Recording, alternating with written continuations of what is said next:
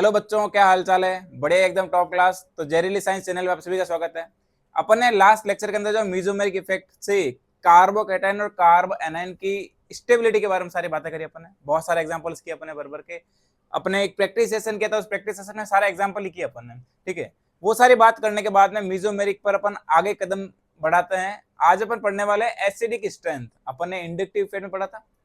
Acidic strength का मतलब वही होता है भाई, आपको पूरा डिटेल बताऊंगा। एसिडिक स्ट्रेंथ का सिंपल सा फंडा यही है कि कौन सा कंपाउंड ज्यादा एसिडिक है, कौन सा कम एसिडिक है। एसिड का मतलब होता है कि कोई भी ऐसी स्पीसीज जो H+ को डोनेट करती है, और बेस का मतलब होता है जो H+ को एक्सेप्ट करती है। ठीक है, या फिर ऐसा बोल सकता हूं मैं कि कोई भी H+ डोनेट करने वाली एसिड और OH- को एक्सेप्ट करने वाली बेस। ठीक है, तो अपन एसिडिक स्ट्रेंथ की आज पूरी फुल डिटेल बात करेंगे। ठीक है, एसिडिक स्ट्रेंथ में बात करते हो आगे देखना।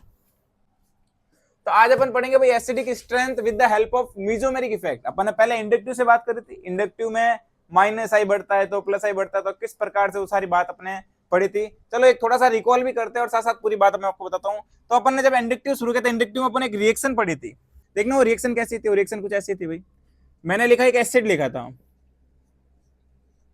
ठीक है भाई, ये मैंने क्या लिखा, एक एसिड। एसिड की मैं रिएक्शन करवाता हूँ बेस के साथ में। H2O वाटर है, यहाँ पर क्या भाई, बेस है। तो जैसे ही अगर मैं रिएक्शन करवाऊंगा तो एसिड और बेस रिएक्शन करेंगे तो कुछ बनता है इसके अंदर। ठीक है, अब देखना बेसिकली इसमें से जो एसिड होता है वो क्या करेगा, H+ को बाहर निकालेगा। अब देखो H+ में एक तो कार्बन से बाहर निकाल सकता हूँ, यहां से H बाहर निकाल सकता हूँ, और एक मैं H यहां से बाहर निकाल सकता हूँ। मैं H यहां से बाहर निकाल रहा हूँ, कारण समझना।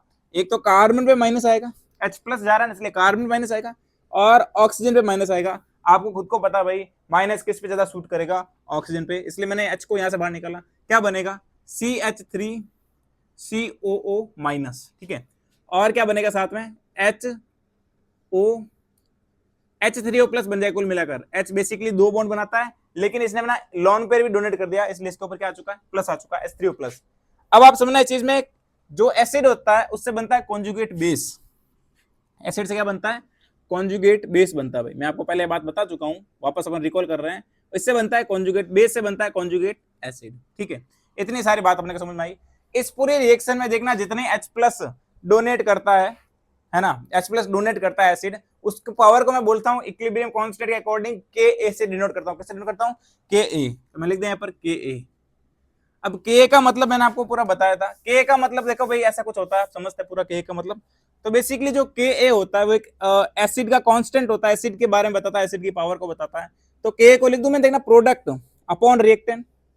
फिजिकल में पढ़ेंगे अपन, या फिर आपने पढ़ रखा होगा कहीं से। तो प्रोडक्ट अपॉन रिएक्टेंट इसका मीन होता है। ठीक है भाई, प्रोडक्ट में कौन आ रहा है, तो प्रोडक्ट में लिखो भाई कौन आ रहा है। तो प्रोडक्ट में आ रहा है अपना एसीटेट और H3O+। एक तो ये आएगा, ये क्या आएगा भाई, H3O+। ठीक है, और दूसरा अपने आ जाएगा इधर रिएक्टेंट के अंदर CH3COOH एसिड और H2O। ठीक है, ये बात अपन लिख दी। कुल मिलाकर इसके अंदर जो Ka होता है वो Ka कहीं ना कहीं इस आयन पे डिपेंड कर रहा है। देखना Ka इस आयन की पावर पे डिपेंड करता है कि कॉन्जुगेट बेस का जो एनाइन है, कॉन्जुगेट बेस का जो एनाइन है वो कितना ज्यादा स्टेबल है। अपन ने एसिड से H+ को रिमूव किया, H+ को रिमूव करने पर कॉन्जुगेट बेस का जो एनाइन बनता है वो एनाइन कितना स्टेबल है, इसके ऊपर डिपेंड करता है Ka is directly proportional to, मैं लिख देता हूं। तो अपने जो मेन कॉन्सेप्ट फंडा आता बार, वो Ka is directly proportional to stability of anion, stability of anion on conjugate base, on conjugate base.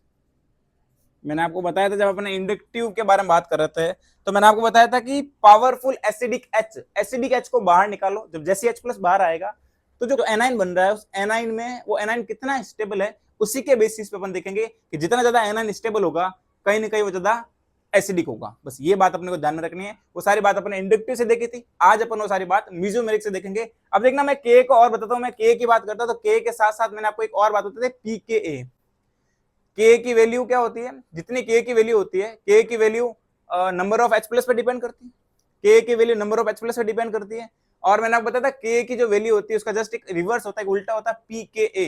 मैंने आपको बताया था पीके आदमी उल्टा हो जाता है, तो जितनी भी के की वैल्यू होती है उसका रिवर्स या फिर उल्टा क्या हो जाएगा, पीके हो जाएगा। तो वो भी मैं लिख देता हूं यहाँ पर, देखना। तो के ए उसका उल्टा हो जाएगा, ठीक है, पी के ए के। लो भाई, पी के आदमी उल्टा हो जाता है, मैंने आपको ट्रिक बता रखी है, ठीक है। के का जो मान होता है K A equal to H plus, है ना। एच प्लस की जो कंसंट्रेशन होती है उसको अपन क्या बोलते हैं, के ए। अगर मैं पी के की बात करूं तो वो हो जाएगा minus log of H plus. क्या होगा भाई, minus log of H plus. इतनी बात समझ में आती है आपको, से आप और क्लियर करना। मैथमेटिक्स आपकी स्ट्रांग है। मैंने ऐसा लिखा, देखना, मैंने लिखा के की वैल्यू है K A one equal to 10 to the power minus 8 और K A two equal to 10 to the power minus 7। क्या वैल्यू बड़ी रहेगी इसमें, इसमें वैल्यू ये बड़ी होगी। देखना, आपको मैथ्स तो पूरी आती है भाई, मैथ आपकी बहुत अच्छी है, मैंने सुना है, ठीक है। कुछ नीट वाले होंगे मैथ से डर रहे होंगे, अरे डरना नहीं है भाई, है ना। वैसे तो मेरे खुद को भी डर लगता है मैथ से, ठीक है, ठीक ठाक सी आ जाती है मेरे को भी, वो भी फिजिक्स से सीखा हूँ मैं। तो जेई वालों को बहुत अच्छे से आती होगी और नीट वालों को मेरे जितनी आती होगी, ठीक है। और अगर नहीं आते सीख लेना भाई, जरूरत पड़ती रहती है। अब देखना, जैसे मैं इसका लॉग लेता हूँ minus log of 10 to the power minus 8 और minus log of 10 to the power minus 7, तो ये लॉग की पावर आगे आ जाती है भाई, सिंपल सी बात है। तो पी के ए जो वन होता है उसकी वैल्यू आएगी 8 और पी के ए टू की वैल्यू आएगी अपने 7। अब बताओ कौन सी वैल्यू बड़ी भाई, तो P K A one is greater than P K A to. क्या उल्टा हो गया, क्या रिवर्स हो गया, देखो इधर वैल्यू क्या आ रही थी, के टू इज ग्रेटर देन के वन, इधर आ गया पी के one is greater than P के टू। बस इस तरीके से क्या होता है, इसका उल्टा होता है, रिवर्स होता है, ठीक है। यहां तक सारी कहानी क्लियर है ना। मैं आपको एग्जांपल करवाना चाहता हूं, चलो इसको रफ करके आपको एग्जांपल करवाता हूं मैं, ठीक है। अब अपन शानदार शानदार सारी चीजें सीख चुके हैं, जैसे अपन ने इंडक्टिव में काम किया था उसी के साथ अपन मीजोमेरिक और ऐड करके एग्जांपल करते हैं और सारी चीजों को दिमाग बैठाते हैं। चिंता मत करो दोस्त, सारी चीजें सिखा के ही रहूंगा, ठीक है। भरोसा रखो थोड़ा मार्क्स आपके ऊपर, हर एक चीज आपको सिखाऊंगा, दिमाग में बैठाऊंगा, वरना मैं यहाँ से हिलूंगा नहीं भाई, ठीक है। तो आप भी जरूर मेहनत करें, आप भी जरूर प्रैक्टिस करें, हर एक चीज को दिमाग में उतारने की कोशिश करें और प्रैक्टिस जरूर करें। कोई भी मैं एग्जांपल देता हूं, आप खुद से करिए, सेल्फ से करिए। रीजन अभी गलत होगा यार, आप सीख जाओगे धीरे धीरे, एग्जाम में गलत नहीं होना चाहिए, बस मेन मोटिव अपना ये होना चाहिए। तो चलिए एग्जांपल्स करते हैं अपन बहुत सारे, एकदम शानदार तरीके से सारी चीजें बताता हूँ। जैसे मैंने ऐसा लिखा CH3OH और एक मैंने लिख रखा फिनोल। फिनोल तो जानते हो आप लोग, फिनोल को और क्या बोलते हैं, कार्बोलिक एसिड भी बोल सकते हैं, ओके। लो भाई, ये स्ट्रक्चर्स है। अब देखना इसके अंदर जो एसिडिक H है, आपको उसको H को रिमूव करना है, और जो एनाइन मतलब एनाइन की स्टेबिलिटी से आपको ध्यान लगाना है कि जितना ज्यादा एनाइन स्टेबल होगा एसिडिक स्ट्रेंथ उसकी ज्यादा हो जाएगी। तो इसमें देखो कैसे करेंगे। अब बताओ भाई, मुझे अगर H को रिमूव करना है तो सिंपल सी बात, मैं यहीं से O वाले से रिमूव करूंगा, तो यहाँ पे क्या आएगा O माइनस, और यहाँ पे क्या आएगा इसमें। तो बना स्ट्रक्चर कैसे बनेगी, CH3O माइनस और बेंजीन पे लगा हुआ O माइनस। लो भाई, ये कुछ बन रही है स्ट्रक्चर, ये कुछ स्ट्रक्चर बनी है। अब आप बताओ मुझे स्टेबिलिटी किसकी ज्यादा है, अगर मैं इसको ऐसा लिख दूं बॉन्ड्स को। लो भाई, ऑक्सीजन पे नेगेटिव है, ये नेगेटिव यहाँ आएगा और ये अपना बॉन्ड इस तरफ चला जाएगा। क्या रेजोनेंस हो रहा है, यहाँ क्या हो रहा है, रेजोनेंस हो रहा है, यहाँ पर रेजोनेंस हो रहा है, नो रेजोनेंस। लो भाई, इंडक्टिव से बाद में करूंगा, पहले मैं देखूंगा मीजोमेरिक। रेजोनेंस रेजोनेंस हो रहा है तो कहीं इसकी स्टेबिलिटी ज्यादा है भाई, इतना तो अपन समझते हैं। इस एनाइन की स्टेबिलिटी ज्यादा है, और जब एनाइन की स्टेबिलिटी ज्यादा है तो कहीं मैं लिख दूं के ए की वैल्यू, तो के में बात करूं तो मैं इसको बोला फर्स्ट नंबर, इसको बोला सेकंड नंबर, तो सेकंड नंबर जो है ज्यादा स्टेबल है फर्स्ट से। आया आपको समझ में। बस इसी तरीके से आपको एसिडिक स्ट्रेंथ का पर्पस या फिर एसिडिक स्ट्रेंथ का कंपैरिजन करना है, ठीक है। आसान है ना भाई, एग्जांपल और देता हूं, बिल्कुल आसान है भाई, हवा है ना, सारी चीजें ऐसे हम धुआं धुआं कर दूंगा, चिंता मत करो, सारी चीजें एकदम टॉप क्लास करके छोड़ेंगे भाई, है ना। ऐसे बिल्कुल हार मानने वालों में से अपन नहीं है। ओके, अगला एग्जांपल देखिए भाई। फिर जैसे मैंने ऐसा लिख दिया, एक बेंजीन रिंग बनाई मैंने, एक मैंने लिखा ये HA और ये लिख दिया मैंने HB। लो भाई, ये HA और B का मतलब इनका नंबर दे रहा हूँ भाई, मैं ऐसा लिख सकता हूँ ना, ऐसा कंफ्यूजन नहीं हो इसलिए मैंने लिखा ऐसा, ओके। अब बताओ भाई, HSB मैंने ऐसा लिखा, आप बताओ क्या करना है, H को रिमूव करना है, H को रिमूव करो, यहाँ से H को रिमूव करो, जैसे यहाँ से रिमूव करूंगा यहाँ आएगा माइनस, यहाँ रिमूव करूंगा यहाँ आएगा माइनस। अब आप लोग मुझे बताओ भाई, देखो नेगेटिव सिंगल डबल कॉन्जुगेशन हो रहा है, कॉन्जुगेशन हो रहा है नहीं रेजोनेंस होगा। यहाँ देखो, मैंने आपको प्रीवियस लेक्चर में बताया था कि कोई भी बेंजीन रिंग के अंदर अगर डायरेक्टली बेंजीन रिंग पर डबल बॉन्ड सॉरी नेगेटिव आ रखा है, वो नेगेटिव लोकलाइज्ड है। कैसा भाई, लोकलाइज्ड है, क्या उसमें रेजोनेंस होगा, वो रेजोनेंस में पार्टिसिपेट नहीं करता है, वह रेजोनेंस नहीं होगा। यानी फर्स्ट वाले स्ट्रक्चर में तो रेजोनेंस होगा, और जब रेजोनेंस होगा एनायन की स्टेबिलिटी बढ़ जाएगी। यहाँ रेजोनेंस नहीं है, स्टेबिलिटी डाउन। तो अगर मैं ऐसा लिखूं, अगर मुझे के ए की वैल्यू निकालनी है तो मैं क्या लिखूंगा, के इक्वल टू, तो B is greater than A, ऐसे लिख दूं H B is greater than H A. क्या आपको समझ में भी बात है ना, एकदम क्लियर टॉप क्लास लेवल से। एक एग्जांपल और देता हूं, आप एग्जांपल्स करिए यार, एग्जांपल से इतनी सारी बातें आपको समझ में आने वाली है।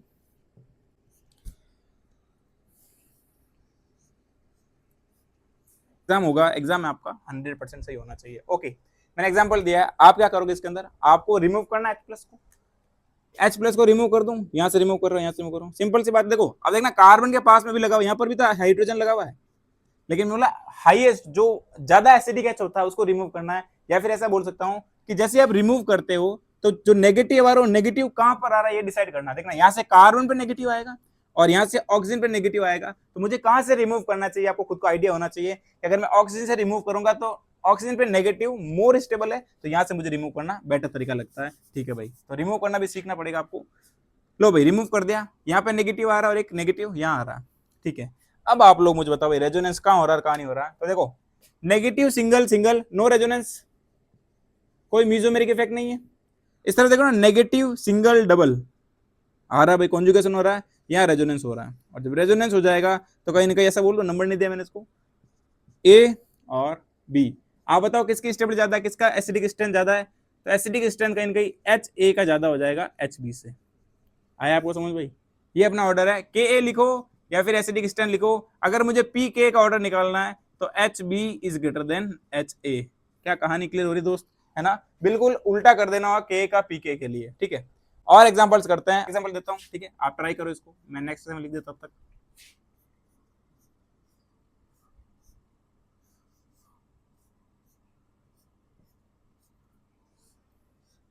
आप थोड़ा ध्यान से, है ना, वो क्या बोलते हैं उसको, एच को थोड़ा ध्यान से रिमूव करना और स्टेबिलिटी का ऑर्डर ध्यान रखना।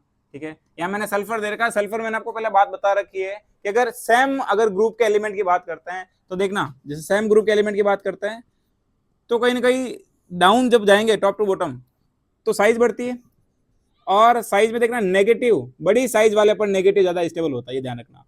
तो अगर मुझे ऑक्सीजन पर माइनस है और सल्फर पर माइनस है तो कहीं की इस पे स्टेबिलिटी माइनस की ज्यादा होती है, मैंने आपको बात पहले बता रखी है। तो इसको दिमाग में रखते हुए इसको एग्जांपल सॉल्व करना। ठीक है भाई, आगे देखते हैं, आप ये सॉल्व करो, मैं एग्जांपल और लिख देता हूं।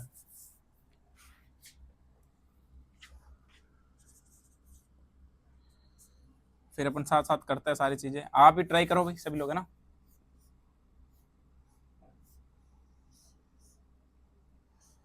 ओके,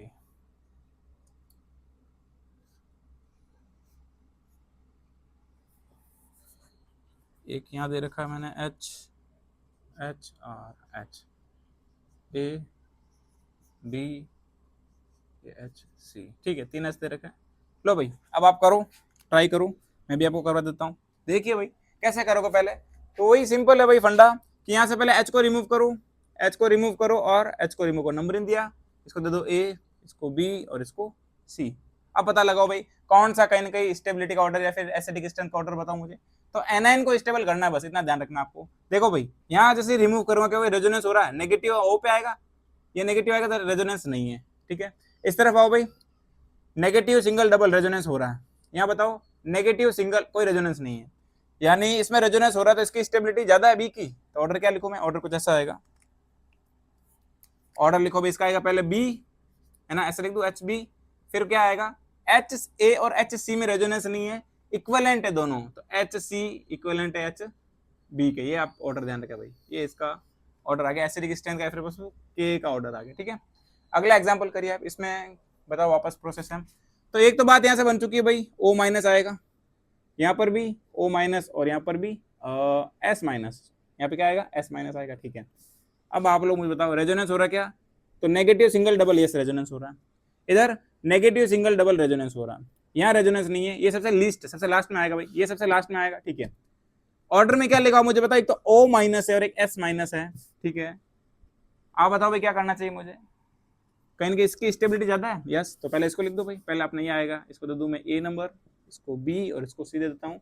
तो ए ग्रेटर देन बी देन सी, सी सबसे लास्ट में आ रहा है। ये अपना किसका ऑर्डर है भाई, ये के ए का ऑर्डर है। ठीक है, इसमें पता लगाओ भाई कैसे क्या करना पड़ेगा आपको, ए बी और सी दे रखा है, वही रिमूव करने का प्रोसेस करो भाई। एक इसको रिमूव करूंगा तो माइनस डबल बॉन्ड पे आएगा, इसको रिमूव करूंगा तो माइनस यहाँ पे आएगा, और इसको रिमूव करूंगा तो माइनस यहाँ पे आएगा। अब आपको एक कॉन्सेप्ट है भूलना नहीं है, आपको एक बात ध्यान रखनी है, एरोमेटिसिटी। देखो साइक्लिक रेजोनेंस हो रहा है इसके अंदर, और ये 4n प्लस पाई टू यानी हक्कल रूल के फॉलो कर रहा है। देखो 6 पाई इलेक्ट्रॉन इसके अंदर, तो ये कंपाउंड एरोमेटिक है। जैसे ही क्या सी को रिमूव करूंगा, एरोमेटिक कंपाउंड है, मीजोमेरिक है, यस मीजोमेरिक एरोमेटिक कंपाउंड है, तो फिर क्या होगा, सी की पावर कहीं ना कहीं ज्यादा है, एसिडिक स्ट्रेंथ ज्यादा है उसकी सी की। उसके बाद देखना डबल बॉन्ड, देखो कार्बन पे डबल बॉन्ड लगा रखा है, अब देखो भाई डबल है, ये सिंगल आगे और डबल आ रहा है, तो कहीं डबल बॉन्ड यानी कि हाई ईएन वाला है, डबल बॉन्ड की ईएन ज्यादा होती है, तो इसकी ईएन ज्यादा होने से ये इसकी तरफ कहीं इलेक्ट्रॉन को खींचेगा, तो इंडक्टिव से ज्यादा होगा, जब इंडक्टिव ज्यादा होगा इसके कंपेरिजन में इंडक्टिव ज्यादा है, तो पहले लिखूंगा एच बी, देन आएगा एच ए। ये आप थोड़ा ध्यान रखें कॉन्सेप्ट को, आसान नहीं है, ऐसा कुछ हार्ड नहीं है, सिंपल वे में सारी बातें अपनी क्लियर होती रहेगी, ठीक है। और एग्जांपल्स करते हैं भाई, पर आप बात समझोगे तो कहीं ना कहीं मैंने ऑर्थो पैरा पोजीशन या मेटा पोजीशन पे कहीं ना कहीं कुछ ग्रुप लगाने की कोशिश करी है, तो वही सेम आपको फंडा लगाना है। यहाँ पर पहले आपको नेगेटिव बनाना है, नेगेटिव बनाने के बाद में आपको ऑर्थो पैरा मेटा कहीं पर भी जो ग्रुप लगा रखा है उसकी स्टेबिलिटी देखनी, स्टेबिलिटी कहाँ कैसी होगी, बस उसके अकॉर्डिंग सारी बात करनी पड़ेगी। तो देखिए दोस्त, नेगेटिव स्टेबिलिटी अपन निकालना सीख चुके हैं, चलिए आगे बात करते हैं, तो सारी बात समझते हैं। तो देखना भाई ओ एच सीधी सी बात है, रिमूव तो मैं यहीं से करूंगा, तो यहाँ क्या आएगा नेगेटिव, यहाँ कहां से रिमूव करूं, तो यहाँ से रिमूव करूंगा, इधर भी मैं इस तरफ से रिमूव करूंगा, तो देखना इस पे नेगेटिव आएगा, इस पे नेगेटिव आएगा। अब आप मुझे स्टेबिलिटी बताओ, तो देखो क्लोरीन अगर कहीं भी जुड़ा होता है ये इंडक्टिव शो करता है माइनस आई, मिथाइल क्या शो करता है, जैसे पैरा पे जुड़ा है इसलिए प्लस एच शो करेगा, यहाँ पर कोई ग्रुप नहीं यानी कुछ भी नहीं करेगा, ठीक है। अब देखना, आप समझना प्रोसेस को, नेगेटिव आएगा, नेगेटिव की स्टेबिलिटी कहीं कहीं विड्रॉइंग ग्रुप बढ़ाते हैं, ये विड्रॉइंग ग्रुप है, इसकी स्टेबिलिटी सबसे ज्यादा होगी। अगर मैं के का ऑर्डर लिखूं तो पहले सेकंड आएगा, उसके बाद में कौन आएगा, देखो डोनेटिंग ग्रुप है, स्टेबिलिटी को बहुत ज्यादा डाउन कर रहा है, यहाँ कुछ भी नहीं जोड़ रखा है, कुछ भी नहीं कर रहा बेचारा भाई, ये कम कर रहा है, ये एटलीस्ट कम तो नहीं कर रहा है, बढ़ा नहीं रहा है कोई दिक्कत नहीं, लेकिन कम तो नहीं कर रहा है, तो पहले मैं लिखूंगा फर्स्ट को, बाद में लिखूंगा मैं थर्ड। ये अपना आ गया एसिडिक स्ट्रेंथ का ऑर्डर, ठीक है, कहानी क्लियर, एकदम टॉप नॉच। आगे देखिए, इसमें भी सेम फंडा लगाइए और सारा प्रोसेस धुआं धुआं करिए। तो देखो भाई वही ओ माइनस, इधर भी माइनस और इधर भी माइनस, अब स्टेबिलिटी का ऑर्डर निकाल दो भाई, वही सेम प्रोसेस है भाई। इंडक्टिव में क्लोरीन अगर कहीं भी आता था इंडक्टिव शो करेगा माइनस आई, मिथाइल कहीं ना कहीं हाइपर कॉन्जुगेशन शो करेगा प्लस, पैरा पे लगाओ इसलिए, अगर मैं मेटा पे जोड़ दूं तो कहानी कुछ और हो जाएगी, ठीक है। और यहाँ बताइए भाई NO2 ये क्या करता है, देखो कौन सा ग्रुप है, डबल बॉन्ड, और इस तरफ मैंने लगा रखा है ओ, तो ये कहीं ना कहीं अपने इलेक्ट्रॉन को इस तरफ खींच लेगा, तो ये माइनस एम का काम कर रहा है, माइनस एम ग्रुप, ठीक है। अब आप मुझे बताइए भाई एनाइन आ रहा है, एनाइन में कहीं ना कहीं माइनस ग्रुप यानी विड्रॉइंग ग्रुप उसकी पावर को, उसकी स्ट्रेंथ को, उसकी स्टेबिलिटी को बढ़ाता है, माइनस एम भयंकर तरीके से बढ़ा रहा है, उसके बाद में माइनस आई ये कम कर रहा है, तो ऑर्डर क्या आएगा, फर्स्ट थर्ड देन सेकेंड। तो के का ऑर्डर क्या आ रहा है दोस्त, के का ऑर्डर आ रहा है फर्स्ट ज्यादा एसिडिक है, देन थर्ड आ रहा है उसके बाद में, और बाद में आएगा अपना सेकेंड, बस ये अपना ऑर्डर आ चुका। आसान है ना, ये दोनों जो एग्जांपल्स दिए मैंने इंपॉर्टेंट है भाई, है ना, आप जरूर से इन चीजों को ध्यान रखें दोनों एग्जांपल्स को, ये एग्जांपल्स वाकई में इंपॉर्टेंट है, देखना। अब आप मुझे बताओ भाई CH2 पे माइनस है और CCl3 में जोड़ रखा है, क्लोरीन जोड़ रखा है, क्या यहाँ पर कोई रेजोनेंस हो रहा है, इन दोनों स्ट्रक्चर में कोई रेजोनेंस हो रहा है, कोई रेजोनेंस नहीं है, आप समझिए चीजों को, माइनस है, माइनस देखो माइनस सिंगल बॉन्ड आगे कोई है नहीं, तो कॉन्जुगेशन नहीं, तो रेजोनेंस नहीं है, रेजोनेंस नहीं है तो अपन बात किससे करेंगे, इंडक्टिव से, इंडक्टिव में माइनस आई इसका ज्यादा है, इसका माइनस आई थोड़ा क्या हो जाएगा कम, तो अगर मैं ऑर्डर की बात करूं के ए की, तो जिसका माइनस ज्यादा होगा कहीं नेगेटिव की स्टेबिलिटी ज्यादा, या फिर मैं ऐसा बोल सकता हूँ माइनस आई एसिडिक स्ट्रेंथ के डायरेक्टली प्रोपोर्शनल होती है, ठीक है, माइनस आई बढ़ेगा एसिडिक स्ट्रेंथ भी बढ़ेगी, तो second is greater then first, ये अपना ऑर्डर आएगा भाई। के ए की वैल्यू तो बोलो सेकंड, या फिर बोलो बी लिखा हुआ इसलिए तो बी इज ग्रेटर देन ए, बस ये बात हो गई। लेकिन यहाँ आपको एक समझने और सोचने और दिमाग लगाने वाली बात ध्यान रखना कि देखना यहाँ पर देखो रेजोनेंस नहीं हो रहा है, रीजन फ्लोरीन के पास में कोई भी वैकेंट ऑर्बिटल नहीं होता है, ठीक है, लेकिन यहाँ पर वैकेंट ऑर्बिटल होता है, क्लोरीन के पास में क्या होता है भाई, वैकेंट ऑर्बिटल है, और जब वैकेंट ऑर्बिटल है तो क्या करेगा, ये अपने इलेक्ट्रॉन को इस तरफ भेजेगा, अपने इस इलेक्ट्रॉन को वैकेंट ऑर्बिटल में एक्सेप्ट कर सकता है, फिर ऐसा बोलो कॉन्जुगेशन हो रहा है, देखो नेगेटिव सिंगल वैकेंट ऑर्बिटल, ठीक है, तो कुल मिलाकर खाली जगह पड़ी है, नेगेटिव पड़ा है, तो इनके बीच में कॉन्जुगेशन होगा, और जब कॉन्जुगेशन होगा यानी रेजोनेंस हो रहा है, क्या हो रहा है दोस्त, रेजोनेंस हो रहा है, रेजोनेंस हो रहा है या रेजोनेंस नहीं हो रहा है, आप बताओ एनाइन स्टेबल कहाँ है, यहाँ ज्यादा स्टेबल है, तो इसका जो ऑर्डर आएगा के का, आप जरूर से ध्यान रखना ए इज ग्रेटर देन बी, बस ये इंपॉर्टेंट कॉन्सेप्ट था, तो इसी बात को बताने के लिए मैंने आपको एग्जांपल करवाया, ठीक है। अगर अपन सिर्फ स्टेबिलिटी की बात करें, अगर अपन जैसे देखो मैंने एग्जांपल दे दूं, यहाँ पर सिर्फ स्टेबिलिटी की बात करूं, एनाइन की स्टेबिलिटी, तो वो आप कैसे बताओगे, देखना, तो मैंने ऐसा एग्जांपल दिया, आपको एग्जांपल समझना आप लोग, मैंने नेगेटिव रखा और यहाँ मैंने लगा दिया क्लोरीन, और इस तरफ मैंने रख दिया भाई नेगेटिव, वही नेगेटिव स्टेबिलिटी नहीं है, मैंने लगा दिया फ्लोरीन। आप बताओ भाई, इसके पास तो वैकेंट ऑर्बिटल नहीं है, इसके पास में वैकेंट ऑर्बिटल है, तो कहीं कहीं रेजोनेंस थोड़ा ज्यादा होगा, एक्सटेंडेड हो जाएगा, और जब एक्सटेंडेड होगा तो कहीं इसकी स्टेबिलिटी ज्यादा हो जाएगी फ्लोरीन वाले केस के अंदर से। ठीक है, यहां तक सारी बातें आपको एकदम टॉप क्लास तरीके से क्लियर है। तो चलिए दोस्तों फिर एग्जांपल्स करते हैं, कुछ और आगे समझते हैं। ठीक है, केमिस्ट्री को सीखने के लिए आपको बहुत सारी चीजें करनी पड़ेगी भाई। ठीक है, क्योंकि अगर आपने केमिस्ट्री करनी है एग्जाम में बहुत अच्छे से, तो केमिस्ट्री कोई हवा नहीं है कि आपने यूं सुपरफिशियली पढ़ लिया और बहुत सारी चीजें आपको आ जाएगी, नहीं। केमिस्ट्री सीखने का एक ही फंडा है, वो है प्रैक्टिस। जितनी ज्यादा प्रैक्टिस होगी उतना आपका सब्जेक्ट स्ट्रांग होगा, और जितना ज्यादा सब्जेक्ट स्ट्रांग होगा आपके एग्जाम में सेलेक्ट होने के चांसेस उतने ज्यादा बढ़ जाएंगे। तो लगातार प्रैक्टिस करिए भाई, है ना। आपको इतने सारे एग्जाम्पल इसीलिए करवाए जाते हैं ताकि आप कुछ सीख जाओ। अगर आपने कॉन्सेप्ट सीख लिया तो अगर इससे थोड़ा हैवी क्वेश्चन दे दे या फिर इससे थोड़ा डाउन टाइप का क्वेश्चन दे दे तो भी आप इजीली उसको हैंडल कर पाओगे, वहां घबराओगे नहीं, है ना। और जब घबराओगे नहीं तो सारी बात बहुत बेटर तरीके से होगी। तो चलिए अपन सीखते हैं वापस और कुछ एग्जाम्पल्स को करते हैं अपन। तो इधर देखो भाई, वही वापस सेम फंडा करेंगे, माइनस को रिमूव करना है। लेकिन इस एग्जाम्पल आपको ध्यान रखना है कि जो एच को रिमूव करना है, एच को कौन सी ग्रुप से रिमूव करना है। ठीक है, यहाँ देखो, क्या मैं इस तरफ से रिमूव करूं या फिर मैं इसको इस तरफ से रिमूव करना चाहिए? मुझे इस तरफ से रिमूव करना चाहिए। देखो यहाँ नेगेटिव आएगा, नेगेटिव सिंगल डबल कॉन्जुगेशन होगा। अरे भाई ऑक्सीजन ऑक्सीजन पे नेगेटिव होगा तो कॉन्जुगेशन होगा ना। यहाँ नेगेटिव आएगा, फिर यहाँ तो कहीं कॉन्जुगेशन होगा, रेजोनेंस हो जाएगा, और रेजोनेंस होगा तो कहीं नेगेटिव की पावर स्टेबिलिटी बढ़ जाएगी। इस तरफ में O से मुझे रिमूव करना चाहिए या फिर S से। मैं आपको फिर बता रहा हूँ, एक O पे नेगेटिव आएगा, S पे नेगेटिव आएगा। स्टेबल कौन है? S। साइज बड़ी है, एनायन स्टेबल रहता है, तो कहीं मुझे यहाँ से रिमूव करना पड़ेगा। S पे क्या आएगा? माइनस। इस तरफ मुझे O से रिमूव करना पड़ेगा, O पे आएगा माइनस। ठीक है, अब आप मुझे बताओ इसका ऑर्डर क्या आने वाला है। ऑर्डर देखो भाई, O पे माइनस, S पे माइनस। भले यहाँ पे इक्विवेलेंट रेजोनेंस हो रहा है, कॉन्जुगेशन हो रहा है, लेकिन S माइनस है भाई, औकात तो बड़ी है ना इसकी, इसकी औकात छोटी, इसकी औकात बड़ी है। क्या करेंगे ऑर्डर में? ऑर्डर आएगा पहले सेकंड, ये के का ऑर्डर बता रहा हूँ। उसके बाद क्या आएगा भाई? उसके बाद आएगा अपना फर्स्ट, और बाद में आएगा थर्ड। ध्यान रखें इस चीजों को। ठीक है, अगला एग्जाम्पल देखिए, यहाँ पर और कुछ तरीका सीखते हैं। जैसे देखो मैं रिमूव कर रहा हूँ तो यहाँ पे आएगा माइनस, यहाँ माइनस, यहाँ माइनस, और यहाँ पे माइनस। बस ये सारी बात आपने सीखी। अब बताओ भाई कहाँ कहाँ रेजोनेंस हो रहा है। देखो नेगेटिव, डबल बॉन्ड पे नेगेटिव आ रहा, मानते एक बार। यहाँ कोई रेजोनेंस नहीं है, सिंगल बॉन्ड पे negative, okay.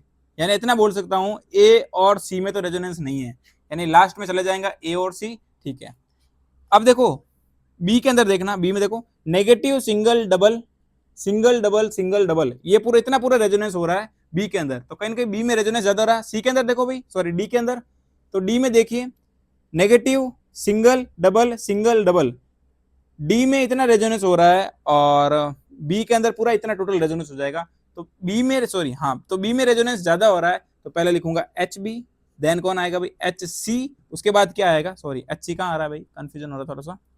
Okay, H D आएगा।